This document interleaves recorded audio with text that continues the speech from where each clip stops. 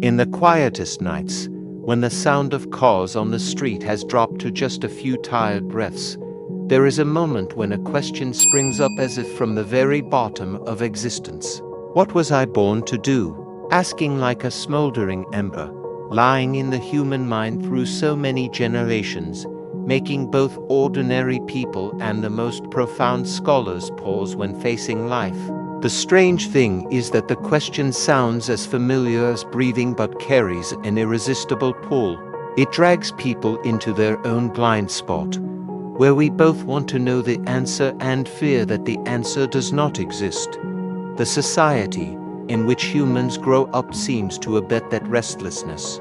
Since childhood, we have been used to hearing reminders about ideals, about the greatness that must be achieved, about an invisible mission that always hangs over our heads. Humans are told that life must have a goal, that living without a destination is like a sail forgotten by the wind.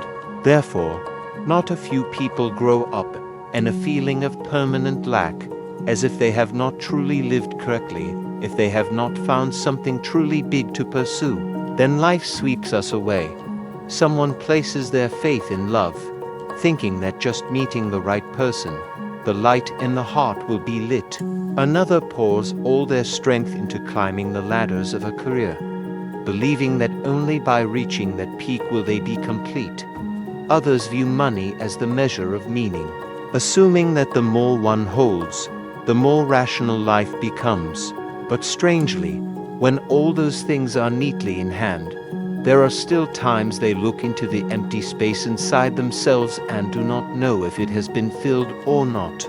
There are those who reach success that seems ideal, but lying awake at night still see a void that cannot be named. There are those who think they only need to go a little further to find the answer. But that segment pulls along the next segment, and the journey never ends. Like a thirsty person drinking salt water, the more they drink, the thirstier they get, the more they chase a purpose, the more they feel a lack. Humans do not realize that the very way of posing the question has woven that vicious cycle itself. Society always brings criteria to measure value. How much is the monthly salary? How wide is the house? How many places have been visited? What position is held? When humans do not meet the standard, they feel inferior. When they meet it, they tremble to hold onto it. The meaning of life becomes a burden named not enough yet.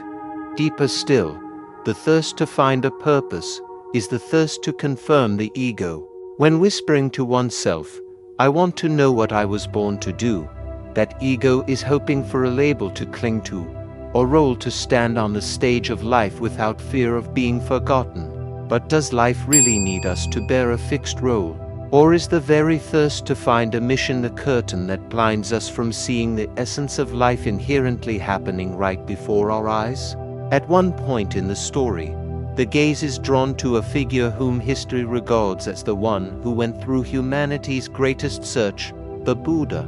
It is worth noting that after enlightenment, he did not issue a manifesto that humans were born to do something specific, nor was there any command that humanity must serve any great goal. He only spoke of four very simple truths. There is suffering, there is a cause of suffering, there is the cessation of suffering, and there is a path leading to that cessation. It is that very simplicity that carries a depth greater than any metaphysical theory. When he was still a crown prince, he once saw how fragile life was. Old age, sickness, and death appeared like three touches upon perception that made it impossible for him to ignore. But what he sought was not what were we born to do, but how to end suffering. He did not place the focus on what the ego needs to become, but looked at the nature of suffering, the thing that everyone must face. Humans today are spun around in questions revolving around the ego. Who am I? What is my significance? What must I become in this universe? But those very questions erect an ego that seems very real but is always fragile, always afraid of loss, always living in the hope of being confirmed by someone. Therefore, When a monk asked the Buddha if humans were born to serve any ultimate purpose, the Buddha only remained silent. That very silence was not a denial, nor was it an admission, but it brought the questioner back to the core. All questions about purpose are based on an ego that is still demanding a support. When that ego is no longer there, the question dissolves on its own. When looking deeply into the nature of that question, one can see it arises from a secret assumption that there exists an independent and unchanging I, an entity that must have some function or duty in life. But the Buddha's teaching of non-self shows the opposite. That which humans call I is just a combination of the body, emotions, thoughts, memories, and habits, all change moment by moment. There is no hardcore standing behind to control it all. There is no fixed owner for that flow. The question, what was I born to do, clings to the concept of such a self, so right from the root, it has placed its leverage wrongly, like a wave on the surface of the sea. If the wave asks, "What did I rise up for?" that question is immediately invalidated. The wave is not separate from the sea, and its rising is just a manifestation of dependent origination. Humans are the same. When believing that there must be a great reason to be born, life becomes a burden that needs to be justified. Instead of being a natural operation that is already complete, the deeper one goes into the thirst to find a purpose, the easier it is to recognize a layer of insecurity hidden underneath. Humans fear uncertainty, fear the void, fear that their life will pass without leaving a trace. Therefore, people cling to reasons that seem durable, living to serve a supreme being, living to leave a legacy, living to take care of the family, living to achieve outstanding accomplishments. Those beliefs, no matter how beautiful, when examined closely, are still only aimed at soothing a deep-seated fear, the fear that life has no foundation. But what if one of those reasons collapses? If faith is shaken, if a clear shatters, if the things that once brought value change according to impermanence, will that purpose still stand firm, or will humans fall back into an immense void knowing not where to cling? The Buddha pointed this out very clearly. Any absolute purpose carries the seed of suffering, because it places expectation on the impermanent. When life is not like the set goal, suffering is born. When it is achieved, suffering is still born because we fear losing it. Whatever the mind clings to, the mind is dominated by that thing. At a deeper level, the question of purpose becomes an invisible contract that humans sign with themselves. When believing that one must become a certain type of person for life to have meaning, every step becomes a test, every choice becomes a measurement, every failure becomes an indictment. Humans look at life through the lens of I must be and no longer see what is. If looking back at the Buddha's journey, one can see the difference lies in the fact that he did not find a reason for existence but found the nature of existence. He did not ask what were we born to do but asked where is the root of suffering and where is the path to escape it. That very focus helped him escape the vicious cycle of the ego to see life not as a project needing completion, but as a reality needing to be seen exactly as it is. And from that perspective, a paradox gradually emerges. The thirst to find a life purpose, seemingly noble, can become the most subtle obstacle. It makes humans always live in a state of preparation, always waiting for an answer, always looking forward and losing life right in this very moment. When busy looking for a reason to live, they are no longer truly living. In daily life, this is revealed very clearly. People believe that just reaching a certain rung on the ladder will reveal meaning. Promotion, marriage, building a house, success, being recognized. But when that rung is reached, meaning recedes one step further away. The next purpose appears like a horizon that cannot be touched. And that pursuit never stops because the nature of desire is to always seek the new, having no endpoint. Humans are like a traveler chasing their own shadow. The more they walk, the more they do not meet it. This is not advice to live in resignation, but a reminder to look back clearly. Life does not need to be justified. It does not demand a reason outside of itself to become worthy. It does not wait for humans to prove value to allow them to be present. Each breath is already whole, each moment is already full. Meaning only becomes a burden when humans cannot realize that. And at the end of this path of perception, the silence of the Buddha rings out clearly again. By not answering the question about purpose, he is inviting humans to leave the rut of thinking that places the ego as the center of the universe. When silent, he points directly for them to see that the question has no foundation to stand on, because the ego asking the question is just an illusion operating in ignorance. From here, a door has just cracked open. If the question, "What was I born to do?" is no longer suitable, then how must we look at life? The answer begins to form in the very image of life as a flow. No need to carry a function, no need to carry a goal, no need to become anything else other than itself. When advancing deeper into the zone of contemplation that once made so many generations toss and turn, a puzzle piece gradually becomes clear. The problem does not lie in the fact that humans have not found the answer, but lies right in the question that they keep repeating over and over. The question, "What was I born to do?" is not as harmless as its appearance. It contains a hidden assumption that there is an I fixed enough, independent enough to carry a mission assigned in advance before life began. If a question is placed on the wrong foundation, every answer developing from it will be deviated accordingly. Look closer.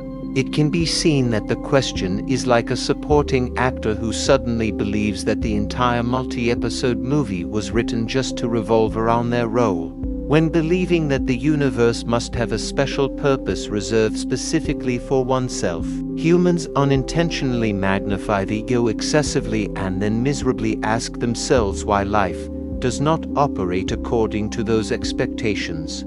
The shadow of the ego is always larger than reality, and that very magnification makes people tired in psychological depth. The desire to have a purpose is actually the fear of being swallowed by meaninglessness. Humans cannot stand the feeling that existence might simply be like a breath, like flowing water, like a leaf falling down. They want to believe that they were born to do something to mark time, to leave a trace in someone's memory, or to be recorded in the fragile pages of history of a human life. But when clinging to those beliefs, they do not realize that it is the very thing making them more vulnerable than ever. Because everything that humans rely on to create purpose can change.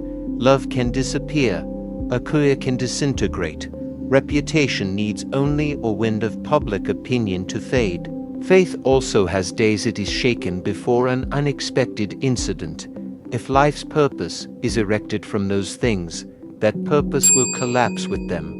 Humans at that time not only lose their anchorage, but also lose the sense of themselves, a double collapse. The Buddha saw these things very clearly. He pointed out that any concept of an absolute purpose carries the root of suffering, because it relies on the impermanent. Wanting to hold onto something occurring in a world that is always changing is no different than wanting to hold a handful of water in a tightly clenched hand. The more one tries to hold, the faster the water flows out. Buddhism does not deny the value of daily goals. A practitioner still works, still nurtures the family, still contributes to society. But when the goal is raised to an ultimate meaning, it immediately turns into a subtle form of binding. A rope made of gold, beautiful, shimmering, but still a rope. Humans cling to it because they feel safe. But if they spare a moment to look straight, they will see they are living in a cage closed tight by their own expectations. The belief in purpose therefore becomes the sweetest trap of the ego. It makes humans believe they are walking in the right direction. But in truth, they are just walking on in circles in the illusion of I must become, I must achieve, I must prove. The moment easiest to see is when a person attaches life to a certain ideal image, a position, an achievement, a recognition.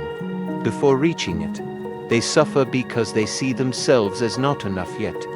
When they have reached it, they suffer because they fear losing it. And when that thing changes according to impermanence, they fall back into the initial void, perhaps even deeper than before.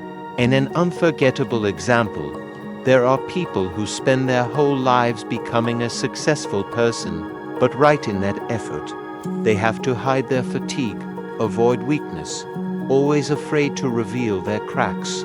Others view wealth as the sole goal, causing themselves to forever compare, forever run after winning and losing without ever resting for a truly real day. Even the desire for enlightenment can become another ego, the ego of the one who believes they are walking on a path nobler than others. Once the ego has a purpose to elevate itself, it immediately demands to be nourished continuously by results, by proof. But anything that needs protection will cause fear, and that fear makes for fertile soil for suffering to be born. Therefore, it can be seen that what is called life purpose in very many cases is not the light illuminating the way but a layer of fog making the eyes no longer see the truth. When humans cling to it, they lose freedom. When they rely on it, they lose the ability to stand firm in reality. And when that purpose collapses, they lose themselves. Buddhism brings humans to a different perspective. Instead of asking, "What do I live for?" look at the nature of that question and see what nourishes it. If its root is fear, insecurity, or a desire for recognition, then that question cannot lead humans to liberation. At the end of this phase, an important movement begins to form.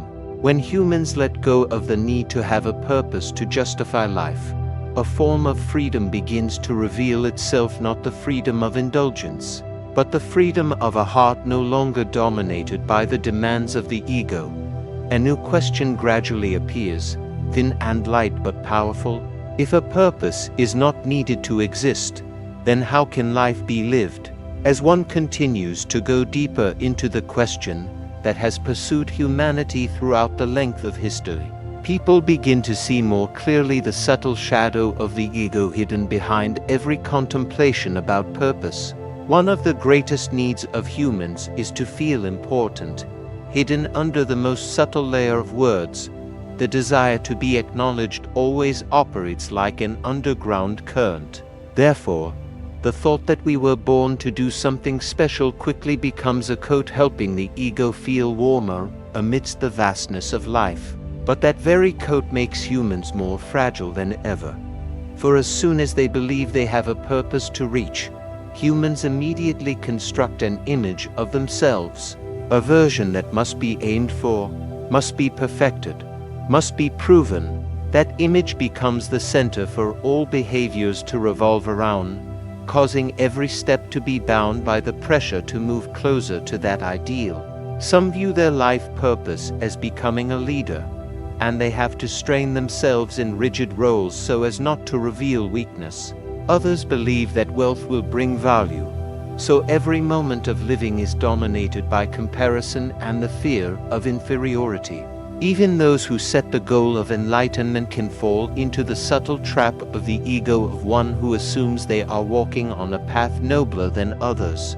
In all those cases, purpose is no longer the guiding light but becomes a layer of fog blinding the eyes, causing people to drift further away from the real life actually taking place. Modern psychology calls this the golden cage. It is beautiful, it is bright, it looks safe. But ultimately it is still a cage. Humans crawl into it because they believe it brings meaning. But once inside, they realize they no longer have space to breathe. Every concept about must become acts as invisible bars, and the more the purpose is reinforced, the more solid the cage becomes. From the Buddhist perspective, this is the nature of the belief in purpose when pushed to an absolute level. It nourishes the ego, making the self require constant protection. And anything that needs protection is simultaneously a source of insecurity. When people say, "I must live to achieve that thing," they are placing their stability on something inherently impermanent, and as an inevitable law, when impermanence touches it, suffering is immediately born. Buddhism points out a simple yet sharp truth. Everything humans cling to in order to construct purpose changes. Reputation fades, achievements vanish. Others' memories of us are also not everlasting. Even the milestones we view as immutable can be swept away by just a small fluctuation of life. If meaning is built on that foundation, that meaning cannot be sustainable. Therefore, when humans ask, "What was I born to do?" that question is not only vague, but also lacks a foundation, because the ego asking the question has never been a fixed entity. It is like a river created by countless drops of water, always changing moment by moment. And when recognizing that nature of dependent origination, the obsession with purpose begins to dissolve. The core problem lies in the fact that the more one chases purpose, the further humans move away from life. Instead of living fully in each breath, each experience, they are busy fretting about their meaning. Instead of looking at what is, they look at what has not yet come. Therefore, life becomes a race where the finish line is always ahead, never present in this moment. Buddhism does not deny the value of ordinary efforts. Humans can still strive, can still work, can still build. But the important thing is not to turn those efforts into the foundation for their existence, not letting the ego cling to them to affirm value, not taking achievement as a measure for meaning. When purpose is just a means, it no longer has the ability to bind. But when it becomes a condition for life to have value, it immediately turns into chains. And right here, an important internal movement begins to emerge. When humans let go of the need to find a reason for life outside of it, a door to freedom cracks open, not the freedom of letting things drift, but liberation from all pressure to become. When that pressure subsides, people can for the first time look at life not through the lens of expectation.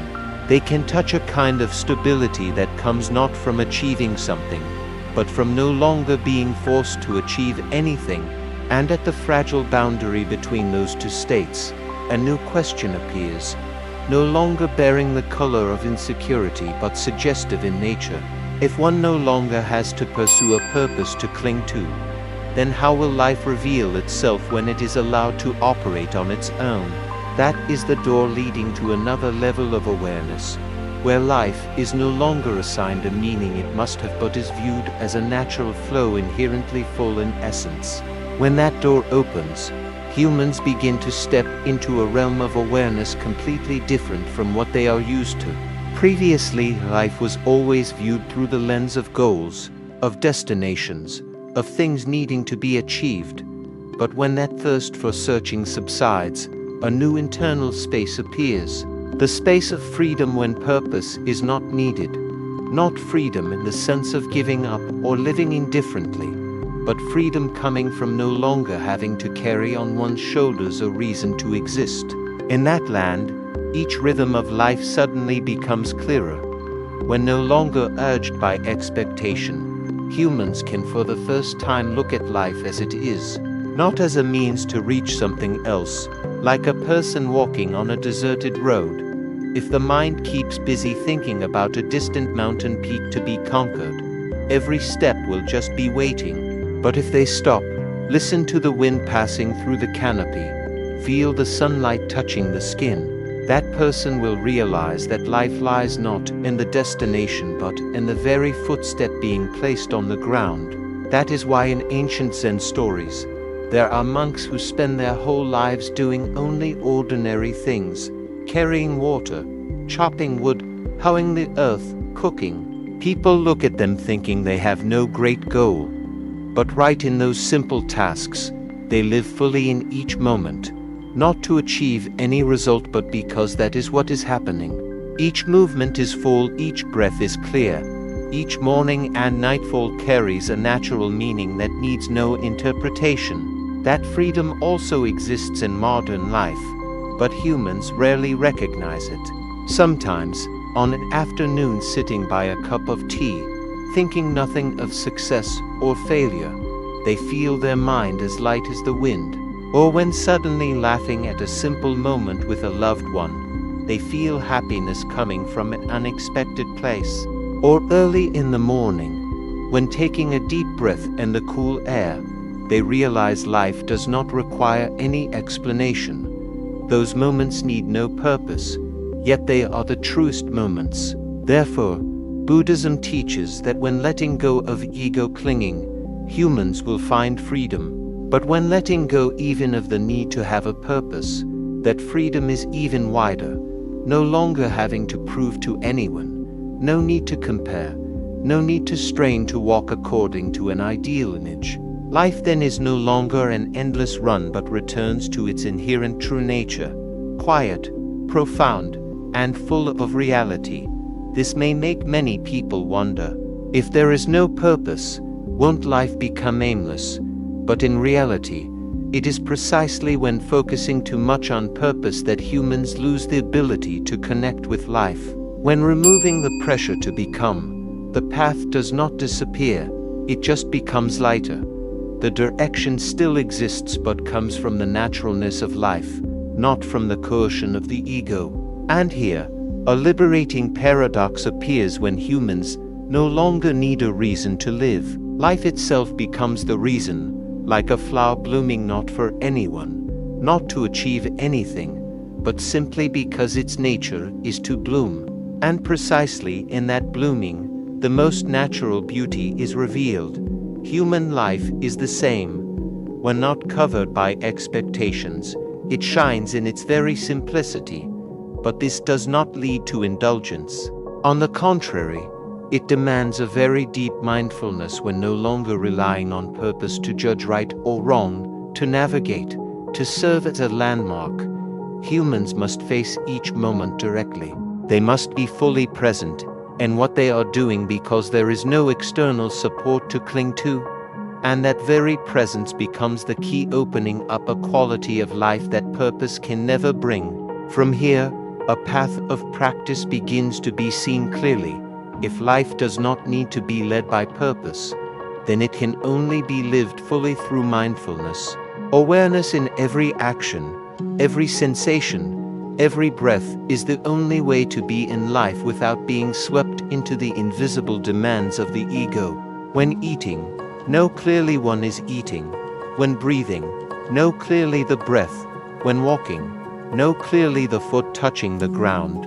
Those things are so simple they seem not to be the answer to the great concerns about the meaning of life. But that very simplicity contains the entire power of the truth. Because when the mind is present, life is immediately revealed. And when life is revealed, all questions about purpose fall away on their own. Like a thirsty person who has drunk a sip of cool water no longer needs to find out what the meaning of water is.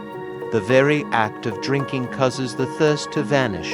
Likewise, the very act of living mindfully causes the obsession with meaning to dissolve. Life needs no definition, only to be lived. Here, the journey is progressing gradually to the deepest level of awareness, where life is viewed not through concepts, not through purpose, not through ego, but through pure presence. When mindfulness begins to seep into each moment of living, humans gradually realize that the question, "What was I born to do?" no longer holds the weight it once did. It is not refuted by reasoning, nor is it replaced by a new answer, but dissolves on its own like mist under sunlight. Because when having clearly seen life in every breath, every sensation, every movement of the mind, humans no longer need an external reason to justify their existence. The Buddha once taught that one only needs to know sensation clearly, know it arises, know it ceases, and the path to liberation lies right therein. That teaching sounds simple, but is radical because when the mind has the ability to look straight into itself, Look into the operation of each state of rising and ceasing without interfering, without judging, without adding concepts. The cycle of desire and suffering begins to crack. Humans do not need to collect more knowledge, do not need to attach a great ideal to life, only need to live deeply with what is happening. And right in that deep living, a spark appears. People realize that they can still work, love, take care of family, face challenges, but all those things no longer have to carry the extra weight of meaning. They are done because that is what is happening, not to prove a reason for existence. And when that burden falls, life becomes peaceful in a very natural way. Looking back, it can be seen that the obsession with life purpose has long made humans look in the wrong direction. They thought that one must achieve something for life to be complete. But Buddhism points out the opposite. A complete life is not because of achieving a purpose, but because the living person has the ability to be fully with themselves. That mindfulness is the foundation from which true meaning springs. Not a named meaning, but a wordless, conceptless meaning. Here, a profound truth gradually becomes clear. What humans sought from the beginning was not a fixed purpose, but the feeling of returning to the life that is present. Purpose was just the excuse for them to start the journey, but the destination is completely different from what they imagined. They thought the answer lay in the future, but in fact, it lies in the present moment, the moment they most often miss. Therefore, the final message of this journey is not to deny the value of goals or direction, but to see their nature. A goal can be useful, but it is not the foundation for defining the value of life. Life does not wait until humans achieve something to begin having meaning. It has had meaning since the very first moment. The moment of a breath coming in, a breath going out, the moment eyes open to see the world as it is. Life itself is a miracle. But that miracle is obscured when humans try to turn it into something else other than itself. When they believe they must achieve this, must become that, must find a great answer, they lose the ability to see the simple but profound thing. Life is already full. At this endpoint, it can be realized that the journey to find life's purpose inherently does not lead to a specific answer but leads to the dissolution of the question itself. Because when the mind dwells in the present, no longer pulled by desire or fear, the question of purpose becomes superfluous, not because life is meaningless, but because life does not need to carry a meaning erected by thought. And what remains in that moment is a silence. A silence where humans can ask themselves not what was I born to do, but am I truly living? A silence where each breath becomes the answer, where each footstep becomes proof of presence. A silence where humans look into life and see that it needs no decoration, needs no explanation, needs no goal, needs no reason. It only needs to be lived. If there is anything that lingers after this journey, it is the realization that life lies not in the future, not in answers, not in distant purposes, but in the ability to be present with each moment. And when one day the question of life purpose no longer haunts, on that very day freedom begins to open up. Freedom not brought by circumstances but by the mind letting go of its own bindings. And on that path, humans need only remember one thing. Life is already complete not because of what will come, but because it is existing right here in each breath, opening up and fading away.